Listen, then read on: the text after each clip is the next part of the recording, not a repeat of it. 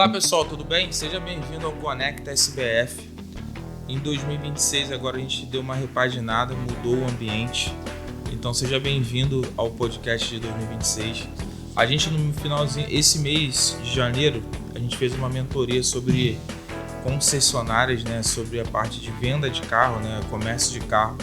Então se você quiser dar uma olhada lá, pode entrar aqui, a gente fala da parte tributária, um pouco como funciona. Então, você pode clicar aqui para ver. E aí, juntando para a gente poder encerrar esse assunto, encerrar não, mas dar continuidade que a gente falou um pouquinho nessa mentoria, eu pedi para o Rafael, que é da Baruch aqui, né, que é um parceiro nosso, que é amigo pessoal do Fernando, que também é o nosso cliente da FK. O Fernando ia vir, não conseguiu ter agenda aqui por um problema pessoal, depois a gente vai marcar a gente fazer nós três. Com certeza. E eu queria apresentar aqui o Rafael. Rafael, eu queria que você se apresentasse, falasse um pouquinho da tua empresa, de como você chegou nessa parte de 2020, essa parte de venda de carros, né? Como é que você chegou nesse mercado? Legal. O que você gosta de fazer? Qual é a sua formação? Beleza. Primeiro, obrigado, Bruno, aí pelo convite, né, de estar participando aí do podcast, poder falar aí do mercado, falar aí do cenário, falar aí um pouco da minha história também. Né, me chamo Rafael Carlo Antônio, sou proprietário da Baruch Automóveis, uma empresa que tem 15 anos no mercado. Também temos uma outra empresa que é a Baruch Estética Automotiva, que é uma empresa que uma está dentro da outra, né, conectando. Estou no mercado de automóveis há 20 anos, mais ou menos. Comecei lá em... Você é novinho, cara, 20 anos já. Não parece, mas eu estou com 43. Não parece. A gente está no mercado de automóveis há 20 anos. Comecei como vendedor, né, na loja de um amigo, que hoje ele é um dos maiores concessionários Chevrolet no Rio de Janeiro. Né? Na época ele tinha uma loja de multimarcas, eu comecei trabalhando lá como vendedor. E fiquei um tempo lá. Depois eu fui trabalhar com outro amigo que abriu uma loja chamada Classic Automóveis, ali em Jacarepaguá, o Eduardo, no estado do Tindiba. Eu quase comprei um carro lá uma vez. É mesmo, é? Eduardo é um cara... Parece ser muito sério. Seríssimo, é meu professor. Aquele ali eu falo que é meu professor, né? Porque a primeira experiência foi uma experiência muito boa, foi o que me inseriu no mercado de automóveis, mas foi breve. Aí eu fiquei um tempo afastado e tal, e aí depois o Eduardo abrindo a loja Classic Automóveis, eu fui trabalhar com ele lá em 2008. E aí lá eu fui vendedor por 2 anos, fui gerente por 2 anos, e aí saí de lá, né, com esse desejo empreendedor aí de abrir a Baruch Automóveis, que era um sonho e virou realidade. Mas eu comecei no comércio muito cedo, né? Meu primeiro emprego, na verdade, foi com 16 anos, como caixa de supermercado. Né? Fui trabalhar... A mãe de um amigo meu era coordenadora de uma agência de emprego, e aí tinha uns estágios lá. Eu já estudava, assim... Gostava e não gostava de estudar, né? Mas eu gostava um pouco mais de ganhar dinheiro do que de estudar. Aquela coisa da família pobre, de... Que é bom, né? É uma liberdade, você sai, você faz as suas coisas. Então, e minha mãe já vinha um pouco do empreendedorismo, né? Porque minha mãe tinha um salão de cabeleireiro e meu pai sempre trabalhou como operário ali e tal. Não tinha uma mente muito empreendedora, mas a minha mãe tinha essa pegada. E aí a gente, com 14, 15 anos na rua lá, a gente se juntava, os meninos lá, juntava uma grana, comprava uma água, comprava um refrigerante, ia para o sinal, vendia, ganhava o dinheiro para poder sair final de semana. E aí teve essa oportunidade para eu poder fazer como se fosse um estágio, né? Aí eu trabalhava de 6 da manhã às 2 da tarde no Extra da Marise Barro, lá na Tijuca. Tinha 16 anos, né? E aí fiquei lá 6 meses, aí fiz 17 anos, logo depois com 17 anos eu fui trabalhar como Extra Natal na Taco. E aí lá vendendo roupa, né, meu irmão? Aí tu tem aquele glamour, está dentro do shopping, gente bonita, trabalha com um monte de gente, está naquele ambiente ali dentro, vendo dinheiro o tempo inteiro, aquilo ali me aguçou mais ainda o meu desejo de estar no comércio. Eu comecei na veia do comércio ali. Como Extra Natal fui promovido, fiquei entre os poucos que ficaram, né? Sempre tive essa veia de vendedor, e aí fiquei na Taco ali ao longo de um ano e pouco, saí, e aí fiquei permeando o shopping ali, né? Várias lojas, trabalhei em várias lojas no shopping, até que depois eu tive essa oportunidade de trabalhar com automóvel, e aí, meu irmão, me apaixonei, sempre fui apaixonado por carro. Apaixonado por carro também. Tu não gosta de carro não, né, Bruno? Eu amo. Meu pai fala que eu tenho que trabalhar de carro, sempre vendo carro. Ué, quem sabe? Assim, mercado é aberto para o investidor. Um dia eu estava meio bolado, eu falei assim, a contabilidade tá tendo um estresse do caraca, né? Reforma e tal. Aí o Fernando botou uma poxa de precisando de vendedor. Eu falei, cara, acho que eu vou desenrolar pra ser vendedor de carro aqui. Que, pô, cara, é uma parada que me faz bem, é uma coisa que eu gosto muito. Então, assim, cara, eu só queria entender um pouquinho assim. Você passou por 2008, né? Você passou por vários cenários de compra e venda de carro. O que você coloca como o principal risco do mercado? A gente estava conversando aqui um pouco, a gente até um pouco antes, a gente estava falando lá a questão da mentoria que você está fazendo e tal, que a gente pensa que não é importante. O valor é alto e tal, mas te conecta e tal, é um valor que está... Porque tem coisas que é mental, né, cara? Sim. E o mental faz você... Muita coisa é mental, cara. E aí faz você gerar mais receita, porque não teve o retorno. Que nem um podcast aqui. Não tem o retorno. Pô, cara, mas assim, tem esse retorno. A gente tem network, a gente conversa. E é tua mente também. Tu tá aqui, tu bate um papo, tu fala de outras coisas. E aí, a gente fez um podcast com um cara de comércio, né? E assim, a gente, como é contador, a gente tem a felicidade, assim, eu acho que é o que eu tô tentando trazer para ter essa experiência. A gente vê vários mercados, né? E o mercado de comércio, em geral, de carro é muito maior porque o volume de dinheiro é muito maior. Você lidar muito com dinheiro, né? Tu compra, vende, mas o dinheiro não é teu, você tem que pagar, você tem um alto risco muito grande. Como é que você gera isso? Porque, assim... quando a gente presta serviço, eu vou lá, presto serviço, eu tenho meu custo de folha. Então, o teu custo de folha é muito alto. Só que, cara, mal ou bem, se você transforma aquilo como recorrência, você tem uma métrica ali, o serviço, se der errado, vamos supor, 2, 3 meses você consegue desconectar, você só se endivida muito se você ficar tentando muito. Mas o carro, o comércio é uma coisa muito complicada. Porque, assim, você tem que lidar com a gestão financeira, margem, estoque. Você pensa que não, você gerir o estoque. Você tem que comprar bem, porque eu estava até vendo um negócio ontem. A venda passa pelo processo de você comprar bem. Se você comprar errado, tu não tem margem, você quebra. Eu queria que você falasse um pouquinho desses riscos, como é que funciona esse mercado, que é bem... O teu de carro, mas eu acho que também se... Englobando o comércio no geral. O comércio no geral. Você falou no início aí a questão de 2008, né, cara? Em 2008 a gente teve aquele problema da crise econômica mundial, né? Começando nos Estados Unidos, aquela avalanche lá que teve do cenário imobiliário que envolveu todas as áreas financeiras. Chegou no Brasil e o dinheiro acabou. Naquele momento eu tinha acabado de ser promovido a gerente, a gente estava num fluxo de venda muito grande. E aí o gestor, o dono da loja anteriormente, Eduardo, ele fez uma questão. Ele falou, cara, posso fazer 2 coisas. Ou eu vou ficar aqui olhando o dinheiro do estoque derretendo, denigrindo, ou então eu pego o estoque, assumo um prejuízo real hoje, diminuo todo esse valor, giro esse estoque, coloco o dinheiro para dentro e faço um novo estoque comprando novo. Então isso foi uma sacada assim... absurdo, e aquilo ali me ensinou demais. E quando você joga para dentro, você joga com um valor menor também. Então a tua margem você mantém. Às vezes até melhora. Mas assim, teve um sangue frio do caramba. Imagina você pegar um estoque de 60 carros, você pegar aqui assim, ó, esse aqui eu tenho que tirar 5 mil, esse aqui eu tinha que tirar 10 mil, esse aqui eu tenho que tirar 3 mil. Eu lembro que no final, eu e ele fazendo essa reunião, a gente olhou, ele falou, irmão, eu estou diminuindo o capital aqui da empresa, o investimento da empresa em, sei lá, em 200 mil reais. Mas se eu não fizer isso agora... eu vou fazer isso aqui 3 vezes mais, de repente, ao longo de meses, e vou continuar passando meses de agonia. Porque o que acontece, às vezes, no mercado, no comércio, é isso. É você ser impactado sabe, pelas ansiedades, pelas instabilidades do mercado, e tu fica, caramba, esse mês eu vou vender? Ih, vendi menos tanto. E agora, mês que vem? Não, sei lá. E a tua mente começa a entrar na tua mente. E aí é o pior, porque se você não tem a mente sã, você não consegue ter um negócio saudável.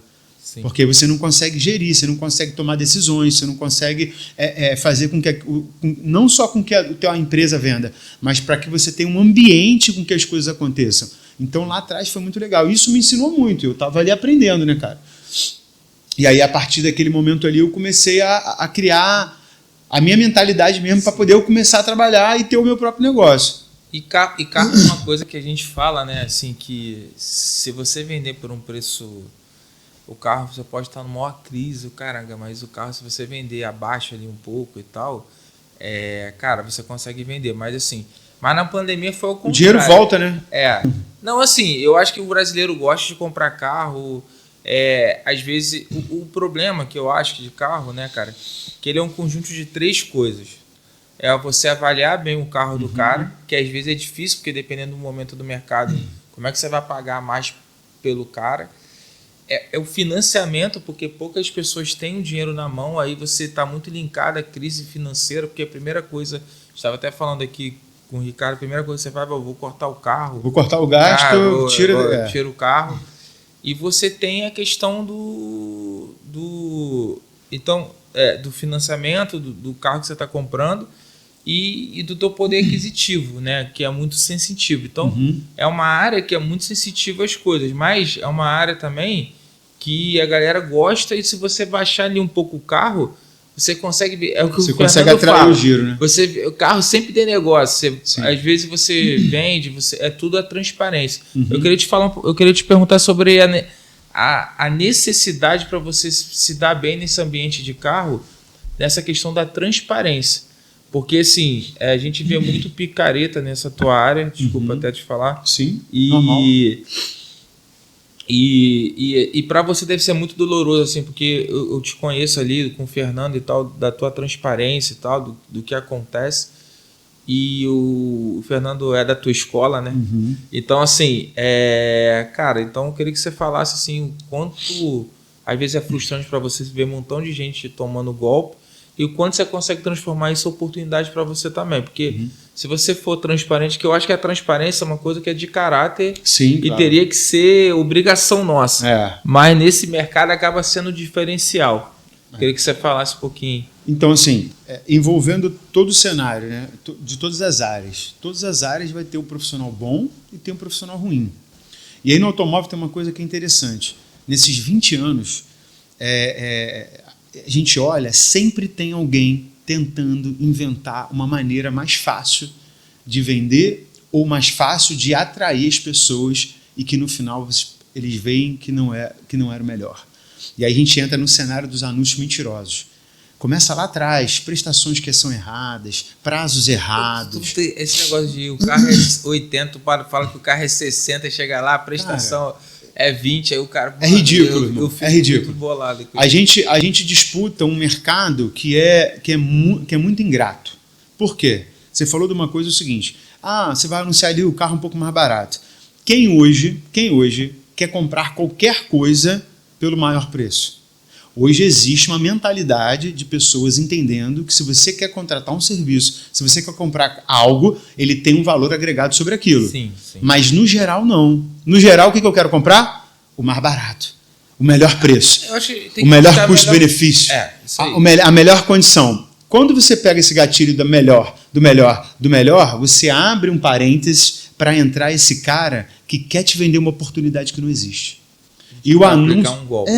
Cara, mas é assim, não é só no automóvel, é no imóvel, é em tudo. Tu vai no shopping agora, aí tu chega lá na vitrine e tá assim, ó. A camisa tá lá. Aí tu vê o preço, R$ 159,90. Tu olha a camisa e fala assim, pô, cara, bonita a camisa. Mas aí tem a camisa, tem a calça, tem tudo. Quando você olha do lado do preço, tem escrito assim, ó, a partir de R$ 159,90. Ou então o cara bota a parcela, 59, e tu bota lá, não, é 3 vezes de 59. Exatamente. Então, assim, aí tem gente que fala assim, não, mas é um marketing, você tem que ler. Eu entendo, eu concordo. Acho que a gente tem que ler tudo, gente tem que entender tudo. Mas da transparência. Mas aí o que acontece? No direito, você fala que é uma regra que é usada para eu te levar ao engano. Eu te levo a entender que aquilo ali é o que eu quero que você pense, mas não é exatamente o que é. Então, eu parto do princípio, Bruno, que assim, eu trabalho com verdade, irmão. A minha empresa e meu CNPJ tem 15 anos. Eu não tenho 10 CNPJs trocando de nome, colocando em nome de funcionário, em nome de sócio, em nome de primo, de tio. Eu nunca tive isso. Eu sempre prezei. A minha empresa sou eu e a minha mãe é minha sócia no meu CNPJ. Porque há 15 anos atrás, para abrir uma empresa limitada... Mas a mãe na furada. Sabe? Mas eu tenho compromisso com a verdade. Sou filho único, minha mãe nunca teve nome sujo e eu sempre prezei por isso.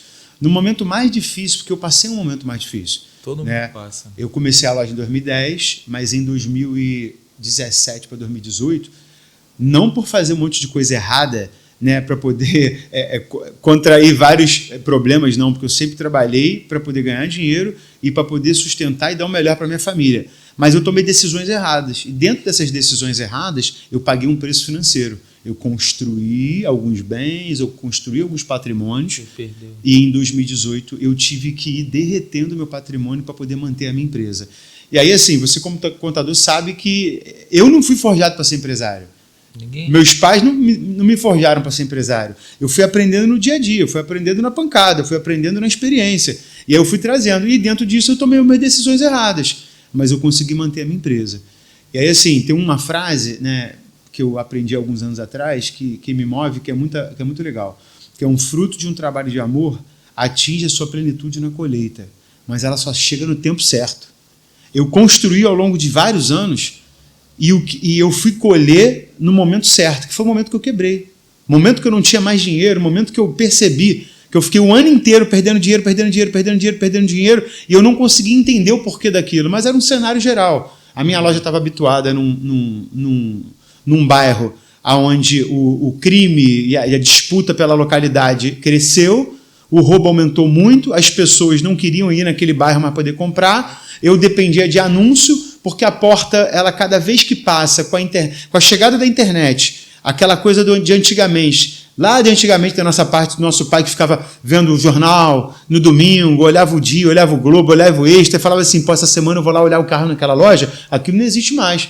Agora eu estou aqui no meu telefone, eu vejo a web, eu vejo o iCarro, eu vejo o Mercado Livre, eu vejo a OLX, eu estou aqui dentro da tua loja, eu estou aqui dentro da tua loja negociando contigo e eu estou olhando o anúncio do meu concorrente. É uma coisa assim, assustadora. E essa mudança do mercado, eu demorei a pegar, e aí, infelizmente, eu tive esse sangramento financeiro. Fiquei muito bitolado, achando que eu tinha que resolver aquela situação, e eu não tinha mentalidade para entender que eu tinha que perder, mas antes de eu perder muito, eu tinha que ter saído dali. A gente traz alguns conteúdos aqui até de gestão financeira e tudo, né? E a verdade é que é o seguinte, né? Primeiro que o Brasil, você é meio criminalizado por ser empresário. Uhum. Que ninguém quer tomar o risco e, enfim, de fazer algumas coisas. Esse é o primeiro cenário. Só que a galera também, assim, tem a parte ruim do empresário que acha que é só vender, o cara não quer pagar um serviço melhor, às vezes até de contabilidade, de algumas coisas, o cara... não quero minha contabilidade, eu não quero... Por isso que, assim, que alguns movimentos são importantes. Uhum. Assim, quando você trabalha sério, então, por exemplo, agora está com a questão da reforma, a questão do governo lá tá desesperado do Pix e tal. Isso, para mim, cara, que trabalha corretamente, que faz a contabilidade, é uma oportunidade.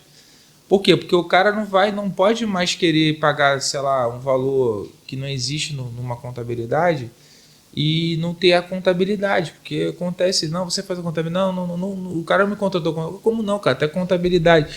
Então, por quê? Porque aí fica muito difícil competir o preço, e eu acho que isso é em qualquer lugar. Uhum. E aí é o que você falou, você tá na internet, você vai ver um negócio de 50 e um negócio por 80. E o que eu acho de carro, tá? É a minha opinião. E até foi outra coisa que eu tinha esquecido, eu acho que o terceiro é o valor que você pode pagar. Uhum. E o carro tem uma situação que, cara, 10 mil, você muda de patamar de carro. Aí tu fala assim, é mais tanto na parcela e tal. Por isso que às vezes fala assim, por exemplo, o meu carro eu comprei a Caoa, eu compro o Peugeot, eu compro o Citroën. Porque para mim são carros que entrega muito mais... Com um custo de preço melhor do que aí, as grandes marcas tentam. Por exemplo, a galera fala de carro e nunca teve aquele carro, fala, o carro dá problema. Fala, mano, o carro é manutenção. Não adianta. E preventiva, né? Manutenção preventiva. E porque o Honda, a minha opinião, tá? Honda e Toyota é bom. Mas é bom por quê? Porque você não quer fazer a revisão, trocar a pastilha com 60 mil, tu anda até 100 e o Honda segura. Só que, mas o certo não é que é Citroën, é Peugeot, porque estraga, não. É maturidade, tem ali, tá no manual e você não quer trocar. Então, assim, a galera tem... Eu queria que você trouxesse essa visão um pouco assim, porque o cara vai querer comprar um carro de 70 mil, o que ele pode pagar. E é engraçado, né? Com 70 mil você pode comprar um carro manual, mais novo. Com 70 mil tu pode comprar um carro, pode comprar um Honda com 10 anos de uso, se você quiser pegar um Honda. e você pode comprar um carro intermediário ali. Então, muito perfil. Então, se você chega ali e fala, cara, eu por exemplo, eu quero pegar o carro com a menor quilometragem possível dentro do melhor ano. E se aquilo ali for Caoa, se for a Cherry, se for Peugeot, para mim tá ok. Mas, cara, eu quero um Honda, aí você pega mais velho. Tem cara que não, para mim tá bom o gás. Como é que tu faz essa gestão de perfil na hora que o cara chega lá para comprar o carro? Porque eu acho que isso que é o diferencial. Porque a galera não tem uma mentalidade. O cara quer comprar um carro ali por comprar. Você vê que muita gente não conhece o carro que está comprando, não conhece a manutenção. E aí entra a janela dos picareta, né? O cara vende o carro. O picareta, ruim, ele sempre entra na oportunidade, cara. Ele vende um carro maior do que teoricamente coloca. E eu só queria também que você pontuasse a importância de você tem a tabela FIP, né? Que é um preço banalizado. Isso é bom ou ruim para você? Então, vamos lá. Em relação à questão da manutenção e a questão dos custos-benefícios dos carros e das marcas. Aqui no Brasil é uma questão muito cultural, né? A cultura, qual era a cultura? O carro que presta é Volkswagen, Ford, Chevrolet e Fiat. Aí lá atrás, na chegada da Citroën e da Peugeot, os carros deram problema, mas eles trouxeram tecnologias que as marcas tradicionais não tinham. Sendo que tinha também a mão de obra não qualificada para esses carros e as peças que não chegavam. Então, a Peugeot e a Citroën, especificamente, eles ficaram com um estereótipo de carros complicados, de péssima manutenção. Por isso, os carros chegaram, começaram a vender pra caramba, que é o que está acontecendo hoje com os elétricos, tá? O carro chegou, mudou o cenário daquela época, mas eles não conseguiram manter a manutenção, a própria concessionária. Tu chegava numa concessionária Peugeot, Citroën para poder fazer uma revisão, uma garantia do carro, eles não tinham a peça. E aí isso demorava, e aí isso foi começando a criar um estereótipo ruim. Mas isso acabou logo ao longo dos anos. Como tudo, né? As coisas começam e depois as coisas vão se desenvolvendo. À medida que aquilo se desenvolveu, cara, acabou. Mas tem gente que tem aquela mentalidade lá de trás. Não vou comprar um Peugeot. Esquece. A Peugeot, a Citroën, cara, a Renault, elas entregam muito. Elas entregam um pacote de benefício dentro de um veículo, cara, que a Ford, a Chevrolet, a Fiat, a Volkswagen não entrega. Tanto que hoje, no cenário atual, 2026, né, essas marcas mais tradicionais, elas estão tentando recuperar, sabe, a perda. A Caoa também está vindo forte, né? Também. A Caoa é muito forte, né, cara? A Caoa, na verdade... entrega muito custo. Entrega muito, né, cara? Chinesa, muito forte lá fora. E não né? É tão ruim de não sei se você sabe, mas assim, eu fui no salão do automóvel e a Caoa, ela apresentou duas marcas de carros elétricos e híbridos que estão chegando aqui agora no Brasil em 2026, que estão começando a licenciar, que vão revolucionar mais ainda o mercado elétrico, cara. Tem a Caoa Chang'an. Cara, absurdo. A linha de carro Avatar, tu tem que ver os carros, parece uma espaçonave, irmão. É outra realidade. Mas aí, assim, voltando. As pessoas, exatamente o que você falou, a revisão ela tem que ser preventiva. O cara acha que o Honda não quebra, que tudo quebra, irmão. Eu já fiz caixa de marcha de Honda, de Toyota, caixa de direção, coisa que todo mundo fala que dá problema nos outros carros. Mentira. É mecânica, meu irmão, é bem durável. Cara, aquilo ali é cuidado, ele vai quebrar, tem que ter a manutenção preventiva. Eu sou da linha do seguinte, entre comprar um carro de 70 mil, o popularzão, mecânico, secão, mas mais novo, eu prefiro comprar um carro mais premium, um carro mais completo, né, num valor agregado mais ou menos ao mesmo tempo. E aí você tenta compensar na quilometragem um pouco mais baixa. Exatamente. E aí, em relação à tabela FIP, né? E aí, assim, só para complementar. E aí, o que eu vejo desse carro da Peugeot, Citroën e da Caoa? Os donos são muito mais preocupados com a manutenção do que os outros carros. Sim. Porque, assim, você vê, são carros com pouca quilometragem, são carros que o cara geralmente faz na concessionária, às vezes até quando passa. A minha irmã tem uma Toyota, uma vez eu falei, pô, Karina, tá com pneu ruim, mas é Toyota. Eu falei, pô, o pneu é Toyota e cara... O mesmo pneu que bota em todas as marcas, mas o carro é Toyota. Sim, mas é a mentalidade do dono. É a mentalidade da marca, do dono que acha que o carro não troca, tipo uma pastilha de freio, essas coisas. E aí, assim, eu também acho, assim, se você traz um carro um pouco mais premium, com 70 mil... E aí quando você começa a procurar, cara, qual é o carro mais premium com a quilometragem menor?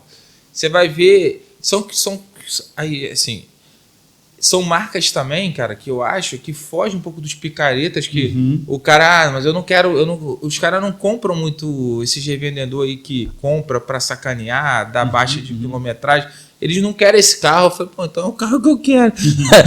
Assim, para comprar, mas assim, eu só para complementar, eu acho que a quilometragem também, né, de você ter procedência na quilometragem e tudo. Depois eu queria até tu complementar para você ver qual o cuidado que o cara precisa ter para testar ali a quilometragem, qual o principal cuidado ali que o cara precisa. É claro que sim, se você puder comprar o carro com menos quilometragem possível, melhor. Né? Quanto menos a quilometragem, é aquela coisa. Ah, mas o carro tem 10 anos. Né? O carro que tem 10 anos e ele tem 100 mil quilômetros, ou ele tem 50 mil quilômetros, os itens de desgaste ele tem que ser trocado da mesma maneira. Quer ele tenha andado ou não, porque tem durabilidade. A borracha tem durabilidade, a correia tem durabilidade, o pneu tem durabilidade, tudo isso tem durabilidade. Agora, se você pega um carro de quilometragem alta, mas de uma pessoa que cuidou do carro, que entende que aquele carro precisa de manutenção, não tem problema nenhum. Né? Eu, graças a Deus, assim, como falei inicialmente, eu tenho compromisso com a verdade, eu não mexo em velocímetro de jeito nenhum, não mexo. Eu tenho carros hoje na loja, pra você ter uma ideia, ó, eu tenho hoje na loja uma Toyota RAV4 2010, não é o perfil de carro que eu trabalho com carros em sua maioria de 5 anos de uso, né? Porém blindado, e esse carro tem 210 mil quilômetros. Esse carro teve só apenas 2 donos. O primeiro dono, até 2019, ele fez todas as revisões na Toyota, e o segundo dono, de 2019 até hoje, 2026, que ele passou o carro para a gente agora, ele fez todas as revisões periodicamente. O cara coloca o melhor pneu, ele faz as revisões até numa oficina parceira. Quando o cara me entregou o carro, ele me entregou um histórico impecável. Você olha o carro 2010 do cara, com 210 mil quilômetros, você fala assim, meu irmão, eu confio nesse carro, porque esse carro tem um histórico maravilhoso.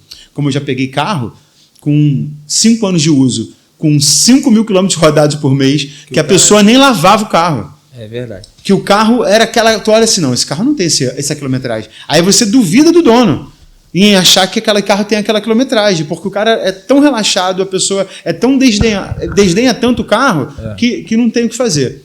Em relação a essa questão da quilometragem, existem itens, né, que você pode olhar dentro do carro que eles são características de maior desgaste. Que é o quê? O volante, se ele tem gasto.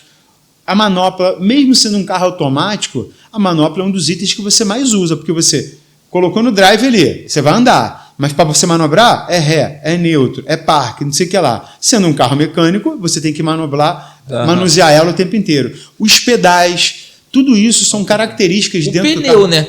O pneu, a rodagem do pneu, o ano de fabricação do pneu, toda essa questão. E não tem jeito, cara. Eu acho que assim, o carro tem que ter histórico. Eu não estou falando só de histórico em concessionária. Né? O carro, enquanto está na garantia, eu sugiro que seja feitas as revisões dentro da concessionária para que você mantenha a garantia. Como a gente falou anteriormente. O histórico, né? Porque cara, fica mais lastreável. Cara... Porque o bem pode quebrar. Bruno, eu já vendi carro 0 km, de pegar o carro 0 km, botar o carro na prancha para dentro da loja, na hora de eu mandar o rapaz da limpeza limpar o carro para a gente entregar o carro, que o cara ligar o carro, ligar assim e falar assim, Rafa, esse ar-condicionado não está funcionando. O carro veio 0 de dentro da concessionária com o ar-condicionado quebrado. Eu tenho que ligar para o cliente. É máquina, né? É máquina. Então tem que ter aquela revisão preventiva ali. Acabou a garantia, Rafael. Você acha que tem que continuar a revisão na concessionária? Eu acho que não. Mas desde que você tenha uma oficina qualificada de confiança. Porque assim como a gente falou lá atrás dos profissionais corretos e incorretos, tem um mecânico que vai falar para você que ele vai trocar um negócio, ele não vai trocar. Porque de repente ele vai olhar lá e falar assim, esse filtro de ar aqui está muito bonito. Aí ele pega o filtro de ar, né, dá um ar, tira aquela sujeira, bate ali e coloca o teu filtro lá e vai falar para você que pagou. Que é uma coisa besteira, sabe? Mas eu acho que esse acompanhamento, acho que assim, tudo na vida é uma questão de confiança, né, cara? É muito bom você estar em confiança, você fica em paz, porque o mundo já está cheio dessa coisa da desconfiança, né, cara? A gente já começa os relacionamentos comerciais na desconfiança. Quem é você? Quem é você? De onde você está vindo? Será o que você está apresentando? Entrega mesmo? Você entrega mesmo isso? Então, até que você crie essa relação da confiança, e aí isso é uma coisa que eu prezo demais. A minha empresa, hoje, com 15 anos, mais da metade das vendas da minha loja são para clientes da minha loja, cadastrados, registrados e que me indicam. E você compra e recompra o mesmo carro, né? Meu irmão, tem carro que ao longo de 3 anos eu compro e vendo ele 2, 3 vezes. Tem uns clientes mais peculiares que gostam de trocar de carro toda hora, tipo você assim, que clientes que trocam de carro 2, 3 vezes no mesmo ano. Cara, eu tenho um histórico agora que a gente vendeu há pouco tempo um Volvo S60 2011. Eu já vendi esse carro em 10 anos 5 vezes. Eu vendi o carro em 10 anos para 5 pessoas diferentes. Acabamos de vender ele de novo agora aqui. E o carro é maravilhoso. Um S60, um carro super premium da linha da Volvo, que era 2011. Mas olha só, 2011. Há 10 anos atrás eu vendi esse carro pela primeira vez. Estamos em 2026. Em 2016 o carro só tinha 5 anos de uso. Na época ele tinha 20 e poucos mil quilômetros. Um amigo deixou consignado. Eu vendi. O segundo dono ficou 5 anos do carro. Nesses últimos 5 anos, o carro já trocou de dono 4 vezes. E todo mundo feliz, e todos eles clientes da loja. Cara, isso assim, muito bom. Eu acho que o empreendedorismo, né, cara, ele é muito a sequência, a indicação. Sim. E ao trabalho que você faz, não tem jeito. Então, assim, quando você falou lá atrás da questão de quebrar ou não, o que eu entendo, assim, no dia a dia? A gente tá, e aí também acontece comigo, acontece com você, eu acho que... Então, se você está querendo empreender... você pode passar por situações e não existe aquela situação assim, você vai separar 30%, vai ser fluxo de caixa, isso não existe. Como é que tu vai segurar 1 milhão no seu caixa falando assim, você vai comprar carro, cara, você valida um modelo e que você sabe que aquilo ali você vai botar 1 milhão e vai colocar. Sim. Então, assim, o ponto é o seguinte, existe empresa que quebra e quebra o negócio junto, e existe quando você quebra por uma situação mental sua, mas a empresa não quebrou, entendeu? Porque muitas vezes você tira o dinheiro que você não precisava tirar, isso acontece comigo, contigo, qualquer um, porque a gente tá colocado, mas não é questão de responsabilidade, porque de uma hora para outra você recebe uma questão trabalho, você tem que gastar 200 mil, você não tem 200 mil para gastar. Isso acaba atrapalhando o fluxo, aí você atrasa o imposto, aí você tem que ficar parcelando, aí você tem multa e juros, e a gente vive num cenário de juros muito alto. Para você ter noção, tinha um pessoal da minha família que é português, trabalha na Suíça, e aí eu falei, conversando, ele falou assim, quanto é que é os juros aqui? 2%. Ele, 2% ao ano. Não, amigo, 2% ao mês é o mais barato que você consegue ali. Pelo amor de Deus, isso não existe. Isso não existe, cara. Então, assim, 2% ao mês é o mais barato, porque o normal é 3,5%, 4%. Aí o cara, pelo amor de Deus e tal. Então, assim, a gente vive nesse cenário agressivo, entendeu? Então, qualquer coisa que aconteça... Então, só para você entender, a tua margem é o quê? 20%, 30%, sei lá, geralmente uma empresa 20%, 30%. Se você tem um custo financeiro de 4%, 5% de juros, já vai reduzir tua margem. Então, assim, aí você tem que reduzir a tua vida pessoal. E aí você tem problemas, às vezes, na vida pessoal, que o seu filho passa por algumas coisas e tal. Enfim. E você não tem como julgar isso. Só que você tem a questão de... É o que você falou, se eu salvo o meu negócio, se aquele negócio é rentável... Se aquele negócio dá dinheiro, você foca em salvar o teu negócio, muitas vezes devendo ou não, e você restituindo a sua vida, mas se você opta em salvar o teu negócio, você também tem que melhorar a tua questão técnica, de finanças, de compliance, de controle, E é o que eu sempre falo, quando o cara cai, tem uma coisa que é verdade. Você pode perguntar assim, você vai conversar com 3 empresários, bota 3 empresários na mesa. Você fala assim, vamos fazer isso, ó, o cara... Vou. Aí o outro fala assim, cara, não sei. Aí o outro, mano, não. Não vou, não. Aí assim, tu fala, o que não vai, quebrou feio. O que tá ali, ele já passou por algo, e o que tá ali, ele não passou por nada. Por nada ainda. Porque quando você tem isso, você tem mais responsabilidade de alguma coisa. Cara, sim. Vou fazer, não vou fazer, é a hora. E aí eu queria que você falasse um pouquinho também, cara, sobre essa tendência ali, dessa questão, por exemplo, como é que funciona a questão da compra e venda, da garantia, qual é a diferença do cara comprar no particular, comprar com a vantagem do cara comprar na loja, também assim, sem mito, né, que eu sei que são transparentes, assim, porque eu vou comprar na loja porque eu não quero ter golpe. Na loja, às vezes, você tem golpe. Não, também tem.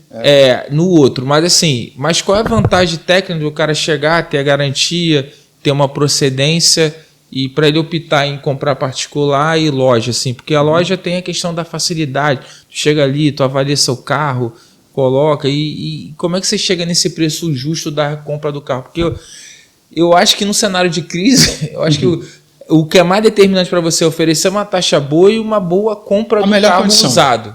Entendeu? Para você poder vender. Eu queria que você falasse um pouquinho sobre essa, como seu dia a dia. Em relação a essa experiência que você falou da questão da quebra e tal, como que aconteceu comigo foi exatamente isso. Eu perdi dinheiro.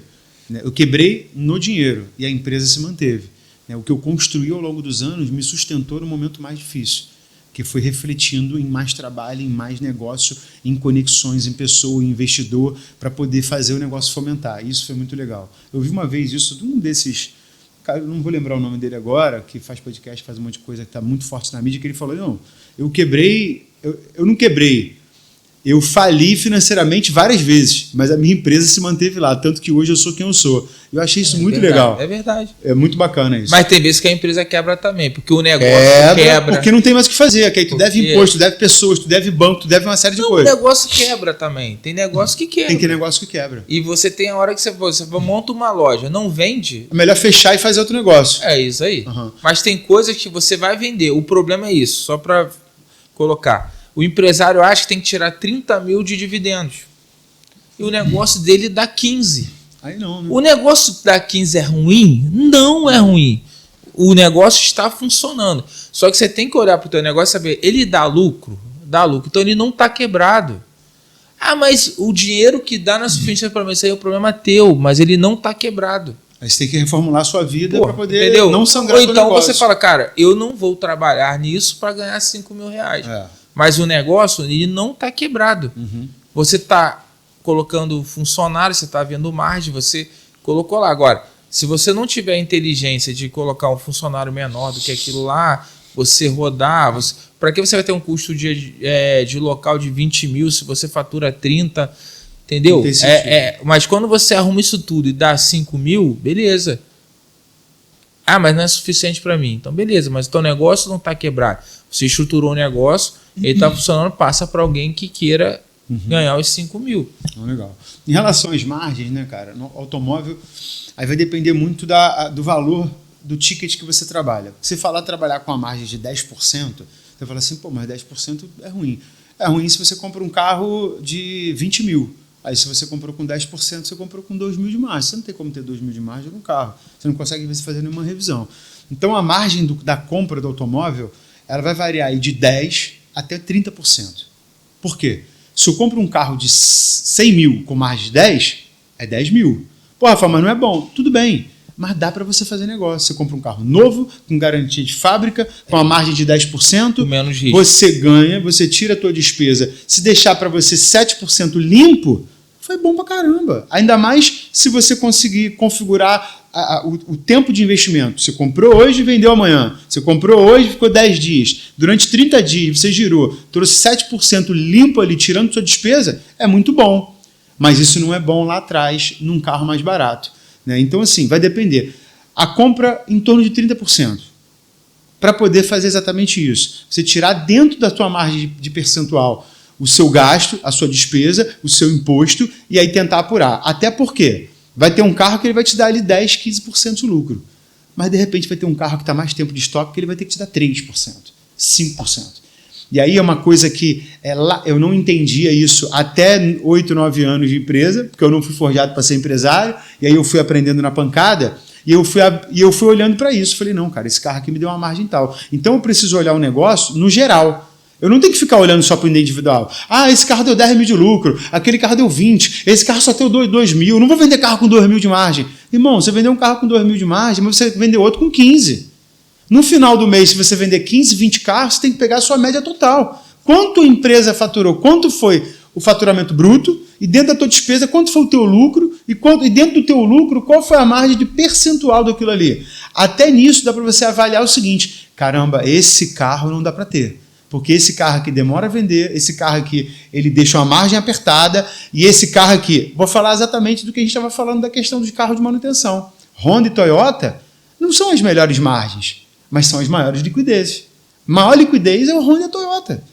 Cara, Rafa, mas isso não é mito? Não é mito. Você compra o Honda, você compra a Toyota, meu irmão, não tem jeito. Mas a liquidez também, né? Se você vender o preço competitivo, eu acho que o carro ele é muito líquido em todo como um todo. Claro que tem carro que é pior, melhor. Sim. Mas, por exemplo, se você vender um carro abaixo da FIP, um pouco abaixo da FIP, se eu conseguir vender um pouco abaixo da FIP, eu acho que ele gira um rápido ou não. Eu qualifico a questão da FIP da seguinte maneira. Eu acho que um carro que tem uma quilometragem mais avançada pelo tempo de vida. Qual é a média de quilometragem que é aceitável ali? Então, tem uma pesquisa. Falar que o cara quer pouco rodado. Tem uma pesquisa muito antiga. Eu tenho até que atualizar esses dados, porque eu uso isso como base há muito tempo. Que nas grandes metrópoles, Rio de Janeiro, BH, São Paulo, Curitiba, sei que lá, você roda, os carros rodam ali de 8 a 20 mil por ano. Aí você vai qualificar as pessoas. 20 mil é muito rodado? 20 mil é o cara que roda o carro todo dia, faz tudo de carro.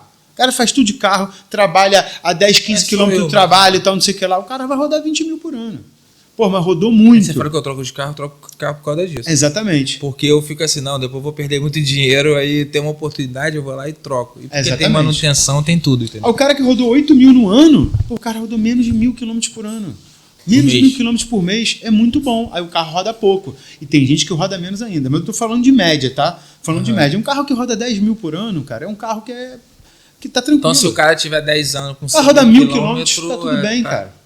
Tá pouco rodado. Exatamente. Tá tudo bem. E aí essa questão da venda, ela vai muito por isso. Exemplo, a minha regra e é o que é mais tendencioso no mercado. O carro que rodou mais, o carro que rodou 20 mil no ano, que ele rodou um pouco mais do que o normal, ele não pode vender na tabela. Ele tem que vender um pouco abaixo da tabela. Agora, o cara que roda menos de 8 mil, 10 mil quilômetros por ano, eu peço a tabela ou mais. Você não acha que quilometragem baixa é que tem... Vamos lá, liquidez. Vamos falar de liquidez. Você falou da Honda, Toyota, beleza? Mas quilometragem baixa não tem uma liquidez alta também? Liquidez alta e preço mais caro. Então assim, eu com a quilometragem baixa, eu peço mais caro. Então, é isso. Porque eu acho que a quilometragem você compete baixa, menos, né? Quilometragem baixa... Pô, cara, eu peguei... Tu fala que eu ando de carro. Pô, eu peguei um Tigo 2. Tigo 2. Pô, eu comprei do Coroa lá que ele tava entregando na concessionária por 54 mil. Cara, eu tava ali porque eu gostei do Tigo 3. Eu falei, pô, cara, mais 10 mil ali. Aí eu briguei com a minha mulher lá no ar. Pô, tem o carro à venda, 64 mil. Cara, eu vendi em 3 horas. Por quê? 25 mil km rodado. Pouco rodado. Um carro hoje com uma aceitação de mercado muito boa.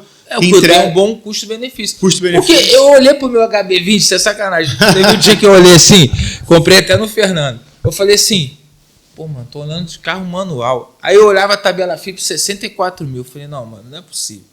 Podia estar andando. Eu não vou ficar andando num carro manual que vale 64 mil, não.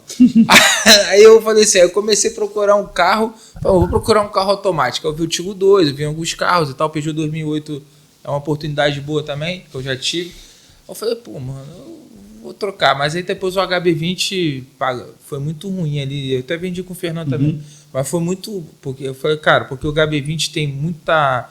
concessionárias de Localiza e tal, aí tem muita procura. Muita procura. Então, eu queria que tu falasse isso. É o ruim hoje do carro popular. As locadoras, elas... É bom comprar carro de locadora, cara? Depende, né? Eu já comprei muito, já vendi muito. Porque vocês têm uma margem. Falando, a gente tem um desconto lá, mas lá no início, quando eu comecei a comprar em locadora, os carros eram todos revisados na concessionária, carimbados no manual, normalmente com garantia de fábrica. Então eu escolhia só esse tipo de carro. Eu sempre gostei de trabalhar com coisa exclusiva. Eu sempre gostei de trabalhar, assim, não é clichê não, sabe? Mas eu sempre gostei de vender o que eu ando. O que eu andaria com a minha família. Então quando eu chegava a poder comprar um carro que eu via, caraca, meu irmão, carro novo, revisado na concessionária top, eu comprava. Pra você. Pra mim. Eu aí comprava. Você consegue vender rápido. Como apaixonado por carro, quando tu olha um carro top, tu fala assim, caraca, como já tomei muito na cabeça, né? Caramba, o carro top, não sei o que lá, compra, bota na loja. O carro não vende. Aí tu começa a passar raiva com o carro. Pô, mas o carro é maneiro, né? Mas não vende. E aí na locadora... Tem que começar a aprender também. A locadora começou a marginalizar demais. E a locadora começou a fornecer muito carro para essa galera que está no mercado de automóvel vendendo volume e anunciando da maneira errada, enganando as pessoas. Cresceram muito. Mas é interessante falar disso rapidamente, porque é o seguinte, ao longo desses 20 anos, o que eu vi de loja abrir, crescer, fechar, abrir, crescer, fechar, abrir, crescer, fechar, por trabalhar dessa maneira errada, não está no gibi. E continua, tá? Eu tenho exemplos muito próximos que os caras estão lá tentando, né, irmão, burlar uma maneira de fazer isso. E aí marginalizou.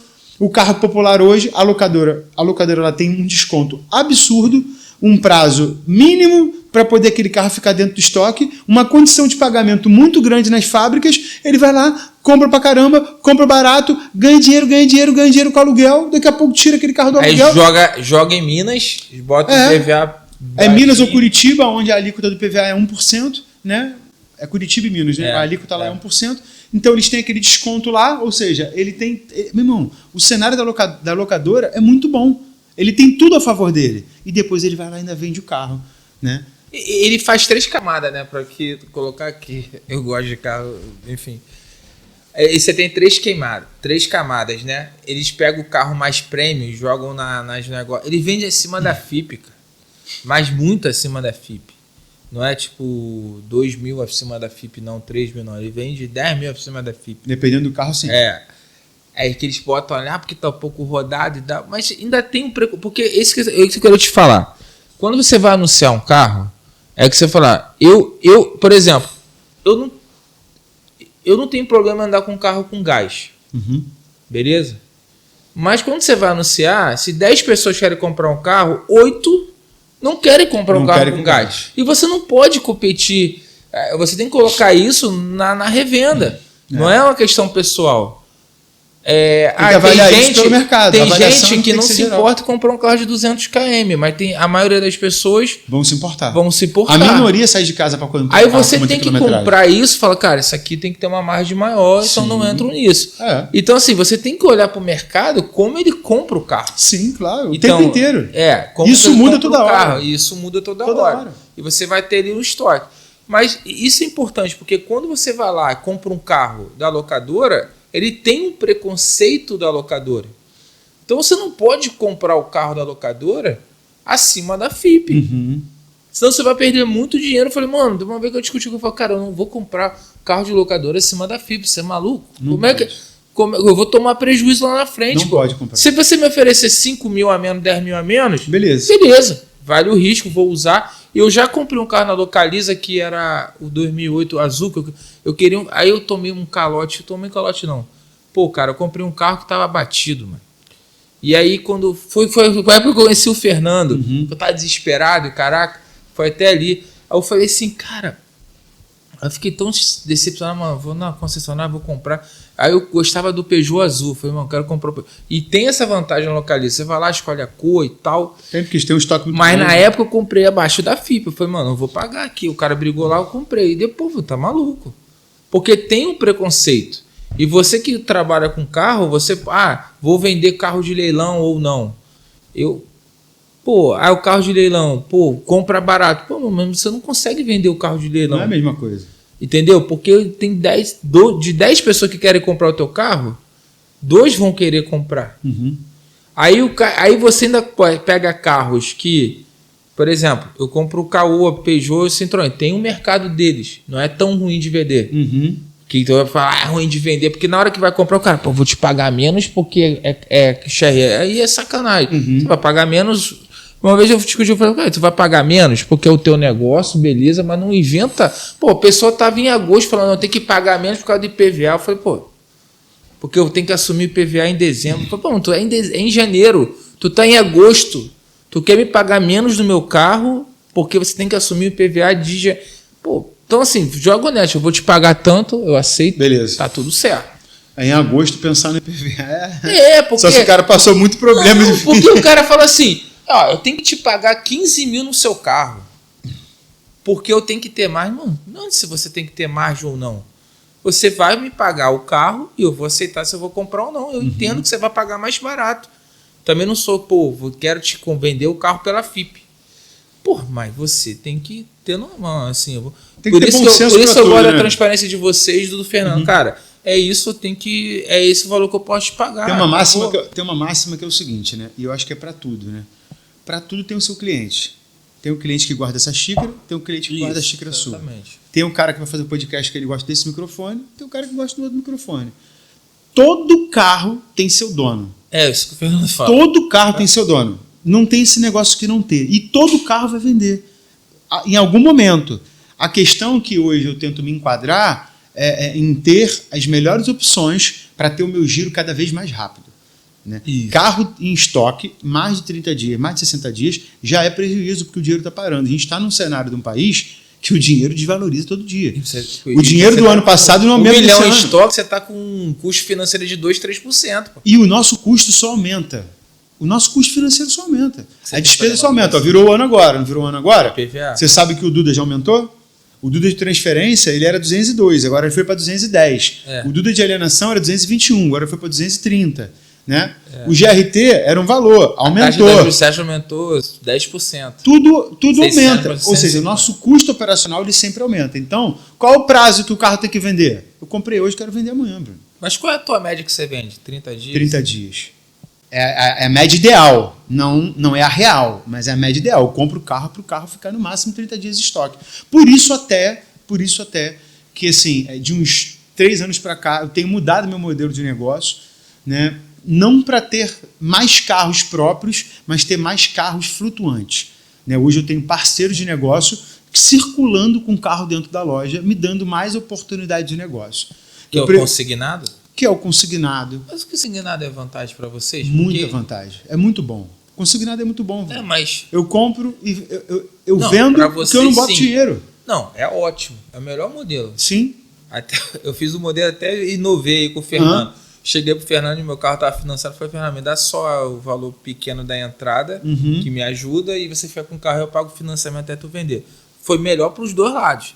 Só que tem esse problema, porque o cara consignado, talvez ele não deixe o carro lá na tua concessionária. Isso não é ruim? Às vezes sim, às vezes não. Aí entra o teu perfil de trabalho. Porque aí você liga, tem que ir para lá, tem que colocar, depende do negócio do cara. Eu já fui ver um carro numa concessionária uma vez, que o cara furou comigo lá. O carro não estava lá. Não estava lá. Então, porque tem que agendar. Eu prezo por ter carros dentro da loja. Eu priorizo ter o carro dentro da loja. Você quer consignar, você deixa o carro aqui. Porque o automóvel é assim. Na maioria das vezes, o cara liga para você, ele viu o teu anúncio, ou alguém que já é teu cliente, entrou no teu site, te indicou, tá olhando o carro e ele quer marcar contigo para ver o carro. Na maioria, 70%, 80% das pessoas marcam para ver o carro. Falam do carro até chegar na loja. Mas tem um 20% ali que o cara olha o teu anúncio, não liga para você, pega o teu endereço e bate na tua porta. E se o carro não estiver lá, mas aí entra a questão do VD2, você tem um estoque. É aquele negócio. Qual o carro que você quer? 70 mil. Cara, 70 mil tu pode comprar um carro de 2015, tu pode comprar um carro 2025, 2024, tu pode comprar um carro com quilometragem baixa, tu pode comprar o carro do jeito que você quiser. Exatamente. Entendeu? Aí o que acontece? Mas por isso que o consignado é bom, Bruno. Por quê? Eu hoje não tenho recurso financeiro para ter um estoque ilimitado.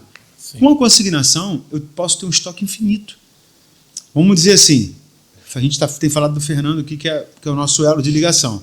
O Fernando tem um estoque dele lá. Eu posso trabalhar com o estoque dele. Aí eu falei do Eduardo, da Classic Automóveis, que é um cara que tem 60 carros em estoque. Trabalha do estoque de todo mundo. Aí cara, você bota o carro lá para vender. Se eu sou correto, se eu sou um cara idôneo no mercado, eu tenho acesso. Não só de consumidor final. Não só de consumidor final, mas de você conseguir na vira e mexe. A gente faz muito negócio assim. Eu não tenho carro. Você me trouxe a sua necessidade. Você já entendeu que você vai comprar na Baruch Automóveis com o Rafael, porque você confia em mim. Eu não tenho carro. Qual é o meu trabalho? É ter o carro para você. E aí eu tenho que ter a minha mente aberta para entender que aí é um estereótipo e é uma questão de mentalidade. A mentalidade antiga do automóvel é o seguinte: eu tenho que ter meu pátio cheio, eu tenho que ter meu dinheiro cheio, eu não tenho que ter fluxo de caixa, tudo que eu tenho de dinheiro tem que estar em carro. Eu pensava assim, hoje eu não penso mais assim. Hoje eu penso diferente, hoje eu penso de ter um fluxo de caixa sim. Hoje eu penso de ter um dinheiro dormindo na conta lá, por mais seja uma aplicação automática, alguma coisa, mas não só pela oportunidade, mas para poder me permitir. O cara, quando me liga, que aconteceu essa semana? Pô, comprei um carro há 3 anos atrás e apareceu uma multa aqui de 3 anos atrás. Outra coisa, a gente tem sofrido muito com essa questão do GRT, desse governo atual aí, eles de ter retaxado. Né? Aí, como é que eu falo para você, Bruno, que me vendeu um carro lá em 2022, que você tem um resíduo, você está me devendo um resíduo do GRT que o governo colocou? Sabe o que você me fala? Um cara que eu não tenho relacionamento? Irmão, isso não é problema meu, não. Isso é problema do governo. Cobra o presidente, cobra o governador, cobra o Estado sobre isso. Isso cai na conta de quem? Isso cai na conta da loja. Porque eu não posso falar isso para o meu cliente que comprou comigo. Olha só, irmão, isso é problema teu, vai lá e paga teu GRT. Cara, ano passado, 2025, cara, eu tive um prejuízo de, meu irmão, dezenas, mas sei lá, não sei se chegou a centena, de taxas de R$80 de resíduo de GRT para pagar. Rafael, mas você tinha o fluxo de caixa, o dinheiro dormindo na conta para poder pagar? Não, não tinha. Até porque eu venho vivenciando anos diferentes, crescendo, mudando mentalidade, né? E esse ano de 2026 é um ano que eu entrei o ano assim, cara, eu vou encerrar esse ano, né, de uma maneira diferente que eu venho trabalhando há 15 anos. Porque a gente tem que crescer, a gente tem que mudar. Até isso mexe na margem que você compra. Até isso eu preciso entender hoje. E aí é legal que a mentoria fez isso comigo, olhar para o lucro, olhar para a estrutura, olhar para o fluxo de caixa e entender que eu e a minha vontade não é a vontade da empresa. A empresa é uma instituição, né, que precisa ser mantida financeiramente ali. Eu não posso, por questão de ego, de vontade, tudo que eu tenho na minha conta tem que estar no chão no estoque. Não dá para ser assim. E nem você comprar o carro que você gosta. E nem comprar o carro que eu gosto porque eu sou emocionado. Essa etapa, graças a Deus, já passou. E isso é uma dica para quem está começando. Né? É uma dica. Cara, calma, bota o pé no chão, sabe? Avalie o mercado, conversa com quem tem experiência. Não bota a mão onde você não alcança. Cara, tenha recurso, tenha capital. Sabe por causa de quê? Porque você pode começar e tá bom. Mas tenha certeza absoluta que o dia mal vai chegar. O dia ruim vai chegar, a crise vai bater na tua porta, o processo vai chegar, o cliente que vai olhar para tua cara hoje vai falar assim, eu que não quero saber, eu não quero mais saber, cancela a venda, eu não quero, a devolução vai acontecer para todo mundo. E aí, se você não tem estrutura, se você não está resolvido nessa área, aí isso começa os sangramentos que podem te levar a um prejuízo maior. Isso. Entendeu? Então, assim, essa questão do anúncio, você falou da questão do anúncio e se é vantajoso vender na loja, vender no particular, comprar na concessionária. A gente hoje, no Brasil e propriamente no Rio de Janeiro, vive um cenário de golpes e de golpes diversos a todo tempo. Então, é claro que você tem que buscar a maior segurança possível. Rafael, então o cara não pode vender um carro no particular. Não estou falando isso. Você quer tentar? Você pode tentar. Mas aí você vai nas plataformas e você se cerca de maneira segura, que é para você não cair no golpe. E o golpe, ele começa na nossa mente. Sabe por quê? Porque eu quero sempre... Eu não, mas assim... as pessoas sempre querem se dar bem. Muita gente quer... Não, você quer lá. O cara entra e ele consegue concretizar um golpe, Bruno, porque ele tem um cara querendo se dar bem, vendendo muito bem, e um cara querendo se dar bem, comprando o mais barato possível. Aí o golpista entra nesse... Às vezes você pega ele entra nesse ato. Um problema de dinheiro. Exatamente. Ele quer desovar o bem dele ali. E pega o cara que aí, pô, tu pega lá o carro 80 mil, vale 120 mil, não tem milagre. Não tem milagre. Pô, assim, tu comprar um carro com 10, 20 mil a menos, normal, a pessoa tá precisando, tem coisa para fazer, beleza. Mas quando começa a ser, pô, muito pequeno, cara, assim... Tem que desconfiar, irmão. Tem que desconfiar. E aí, cara, hoje a gente tem a internet. Mas isso mostra não é uma tudo. Oportunidade para você? Porque assim... Claro que é. Aí você fala, tem golpe. Aí a galera... Porque, por exemplo, para mim, às vezes tu compra no LX e tal, a galera, mas eu tenho medo de golpe. Então, mano, não anuncia. Tem uma vez que a mulher, não, eu não vou te dar meu telefone. Eu falo, mano, então faz o seguinte, porra, tu não vende aqui, cara. Se tu tem medo de golpe, você tem que ter meios para você não tomar o golpe. Não você, se tu tá ali, tem que apresentar, tem que fazer as coisas. Você não vai marcar na sua casa e tal, beleza. Então assim, só que tem essa questão eu acho que isso gera uma oportunidade, porque também assim, a galera no particular perde um pouco a noção das coisas. Porque assim, o cara quer, porra, vender o carro na FIP no particular. Aí não dá. Não dá, pô. Entendeu? Então, assim... Normalmente o cara que tem essa mentalidade é o cara que vem. está sujeito a ter um golpe. Por quê? Assim, nenhum cenário é igual, Bruno. A minha realidade de vida é uma, a sua é outra, e a do ciclano é outra, a do beltrano é outra. Então hoje a minha necessidade ela vem numa demanda de vender o carro só porque eu quero trocar. Ou a minha necessidade é uma porque eu estou desempregado, eu preciso vender esse carro, então eu preciso do máximo do valor para poder sanar os problemas. Ou porque eu estou num cenário ruim da minha família, uma separação, alguma coisa. Ou simplesmente quero trocar meu carro, quero pegar uma nova oportunidade. Então assim, ninguém está comprando e vendendo nada, às vezes, pelo mesmo motivo. Então, em cada motivo... É diferente. Leva esse peso do valor, de vai, de não vai. E tem uma coisa que é muito interessante, que aí é uma cultura que eu acho muito legal, que eu ouvi uns 10 anos atrás de um advogado que era meu cliente, porque ele trocava de carro toda hora. Meu irmão, num ano o cara trocava de carro 3, 4 vezes. Aí teve um dia que eu cheguei para ele tinha trocado de carro 15 dias.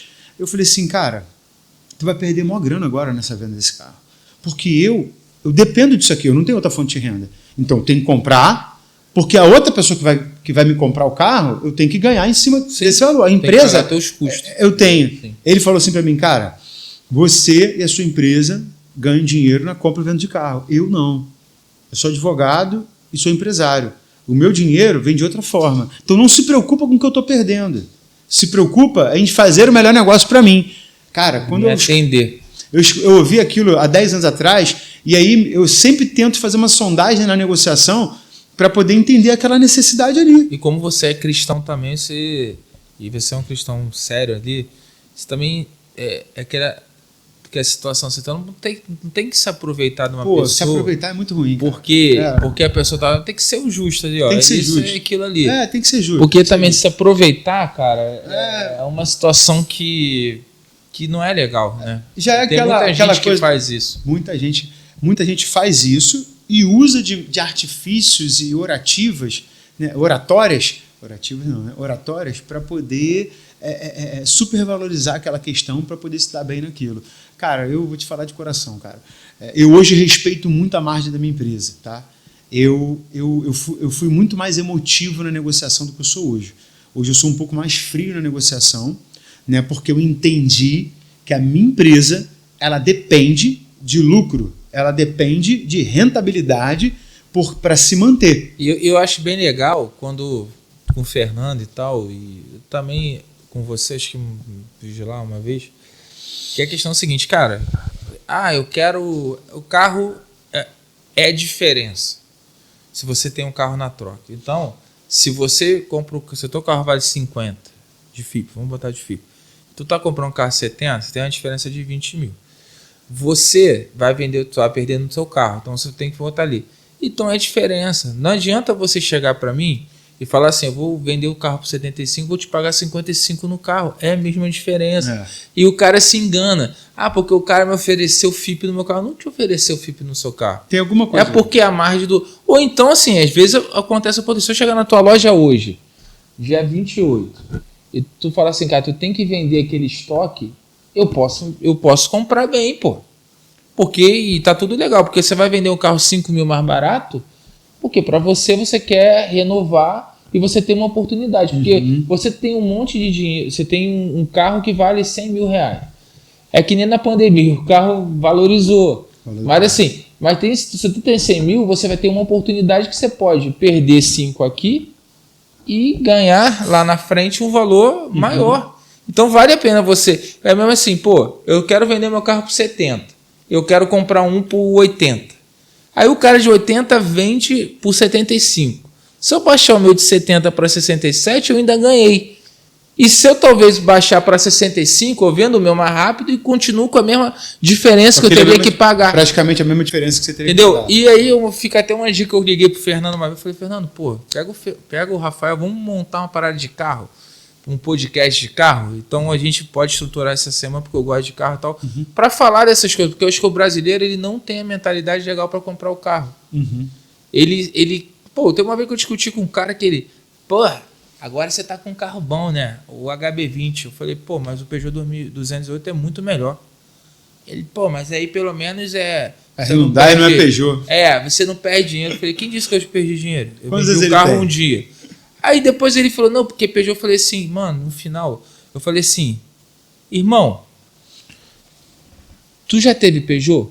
Não. Então eu falei assim, meu irmão, então tu... Eu falei assim, então você vai... Pô, meu irmão, então você tá Tu vai comprar um Peugeot, cara? Vai comprar um Peugeot primeiro, falei, você tá comprando o quê, cara? Tu tá falando de uma coisa que você não teve, cara. Qual autoridade que você tem? E outra coisa, você comprou um carro todo ferrado aí e que tu é tão esperto que tu comprou um carro todo ferrado. Tu já me viu parado de mecânica? No mecânico? Diz alguma coisa?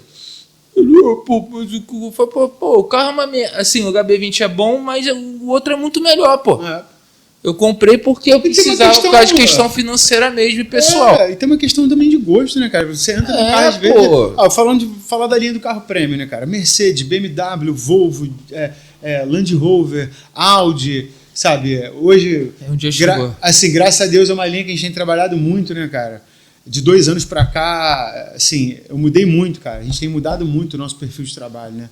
E temos crescido muito nessa área, né? Hoje a gente não é mais uma loja que foca no carro popular, né? Até para desvencilhar da questão do anúncio mentiroso, da questão da disputa com a locadora. Não dá para tu ter um carro hoje 24, 25 e ficar disputando com a locadora, ficar disputando com a própria concessionária, é complicado. Essa coisa que você estava falando da avaliação e do preço de pagar carro na tabela FIP, isso começa na concessionária. E sabe por que isso começa na concessionária? Por quê? A concessionária é tão grande, o volume de dinheiro é tão alto, que como é que funciona? Tu chega agora na concessionária Jeep, com o teu Jeep lá, eles vão te dizer que te pagam a tabela FIP. Mas por quê? É um subsídio vindo da fábrica. A fábrica, ela dá um subsídio para a concessionária, porque a concessionária compra num formato de Forplan. Sabe o que é o Forplan? Que é você paga... Você compra e paga depois. É como se fosse consignado. É como se fosse um consignado direto da fábrica. E aí, quando você compra um carro da sua própria marca, você tem uma bonificação ali para você colocar aquele chassi dentro do estoque, e aí você ganha um desconto naquele faturamento futuro para você comprar o zero. Então, na verdade, o cliente realmente está ganhando. Porque eu tenho um subsídio. Eu, como loja, tenho subsídio de ninguém, meu irmão. De nada. De nada. Então é ruim às vezes, porém, só eu sei a minha margem daquele dia, daquele mês. Né? Eu acabei de fazer uma reunião com meus vendedores lá na semana passada, eu falei assim, olha só, está proibido você falar para o cliente que você não baixa o carro do preço do carro tal. Você não sabe qual é a necessidade da empresa esse mês. Você não sabe qual é a necessidade do negócio desse carro. Agora, antes de a gente começar o podcast, eu estava aqui falando com o meu gerente aqui, que eu estou tentando vender o carro até para uma amiga, uma parceira lá que está sempre lá. Eu olhei a margem, meu irmão, eu estou disposto a vender o carro para ela, 8 mil abaixo da tabela FIP. 8 mil. Não é carro velho não, tá, irmão? É oportunidade para todo mundo. É carro 2024 com 30 mil quilômetros, irmão. Novo. É 30 mil quilômetros. Mas eu tenho uma margem nesse carro. E melhor do que a margem que eu tenho desse carro, esse carro já completou 60 dias no meu estoque. Eu preciso mandar esse carro embora. Eu vou abençoar a vida dela, porque não tem hoje no Rio de Janeiro nenhum carro igual ao meu, nesse carro específico. E comprando... Anunciado, e não é carro de 50 mil não, é carro de 90. Nenhum anunciado hoje por esse preço. Ou seja, acho que Deus está movendo os pauzinhos para ela se dar bem. Porque ela vai comprar um carro mais barato e bom, entendeu? Então todo negócio é um negócio, todo cenário é cenário, sabe? Toda margem ela pode participar por isso. Até porque eu já tenho um carro que semana passada o carro entrou na troca meio-dia e eu vendi 3 horas da tarde. Na troca desse de 3 horas da tarde entrou um que eu vendi 2 dias depois. Essas margens me possibilitam a de repente te dar um benefício de te vender um carro com a margem menor. E tá tudo bem, negócio. E aí aquela questão de ter a sensibilidade do negócio. Eu não tenho essa mentalidade, eu vou ganhar. Não, meu irmão, eu quero fazer bons negócios. E às vezes os bons negócios... Não, e é o teu controle... A gente está indo pro final, porque a gente... negócio de carro, eu fico aqui... Verdade, a gente vai ter que a gente tem que montar esse canal aí, cara. Tem que montar mesmo. Tem que montar é com vocês, aí você monta, eu participo. Mas assim, o ponto é o seguinte, só para a gente finalizar, existe muito mito no negócio de carro, por isso que eu acho que é necessário colocar sobre isso. E você tem boas oportunidades comprando direto. Nem sempre você comprando particular é uma boa necessidade. Aí você tem que avaliar. Mas você tem que ter o conhecimento. Tem que ter o mínimo, do carro que você está comprando, da margem, o que é melhor para você, entender o teu perfil.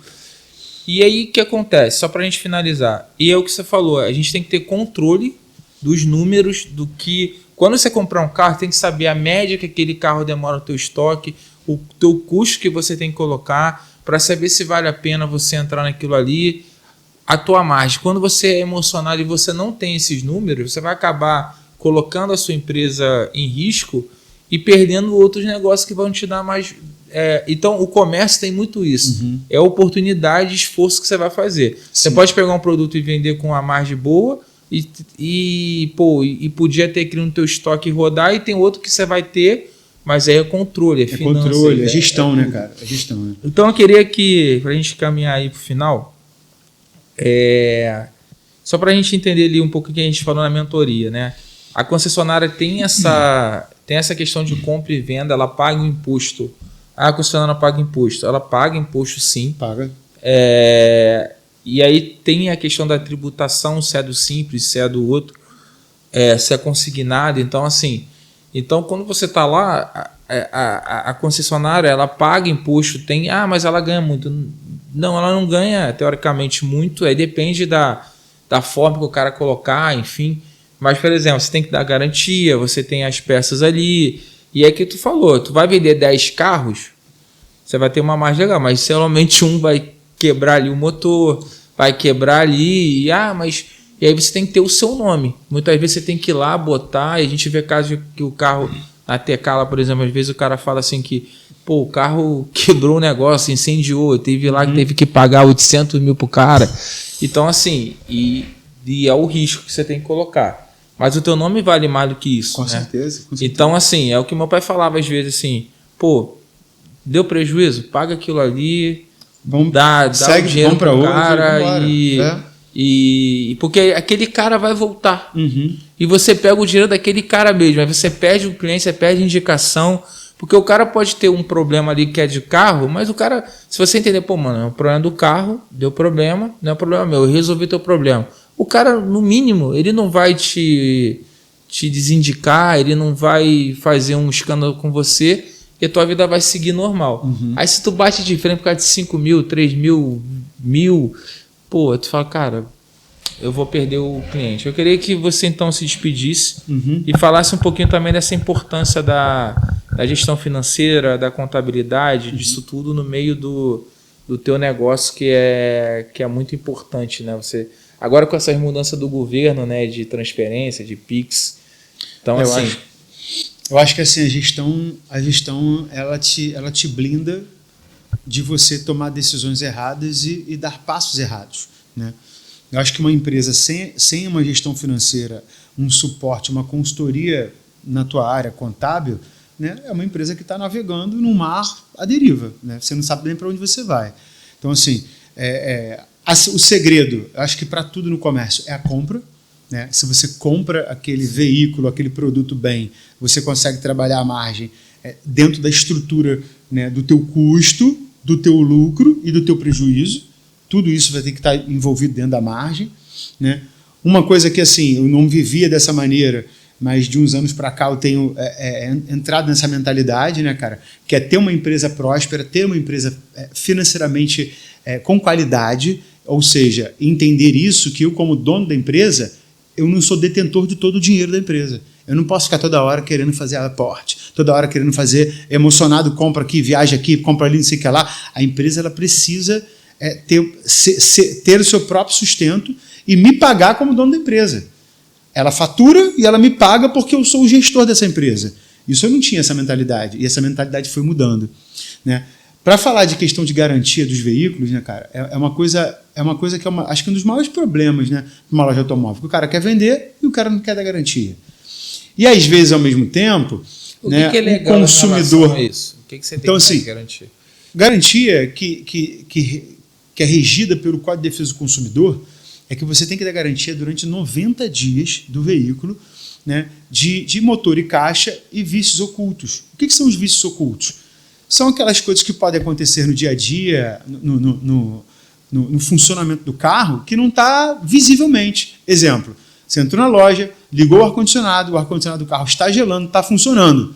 Você tem como ver o funcionamento? Você tem como olhar lá o compressor do carro, se ele está vazando, se ele não está vazando? Isso é um vício oculto. Daqui a um mês, teu ar-condicionado pode funcionar. Cara, isso era um vício oculto.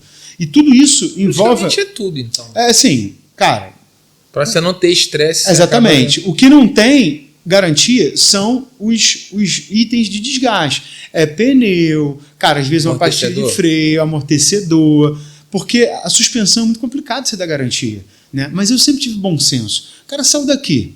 Aconteceu agora há pouco tempo. O cara andou dentro do condomínio, olhou. Cara, quando o cara foi embora, a roda do cara era paralelepípedo. O cara ouviu um barulho que eu, quando andei com o carro, que eu avaliei o carro, eu não ouvi o barulho no asfalto. Em 2 dias... O cara que estourou um amortecedor, o cara quebrou, não, irmão, traz o carro aqui, vamos avaliar, vou olhar. E aí você tem que ter um parceiro de mecânico de confiança, o cara fala assim, irmão, isso aqui está estourado, irmão, isso aqui está ruim.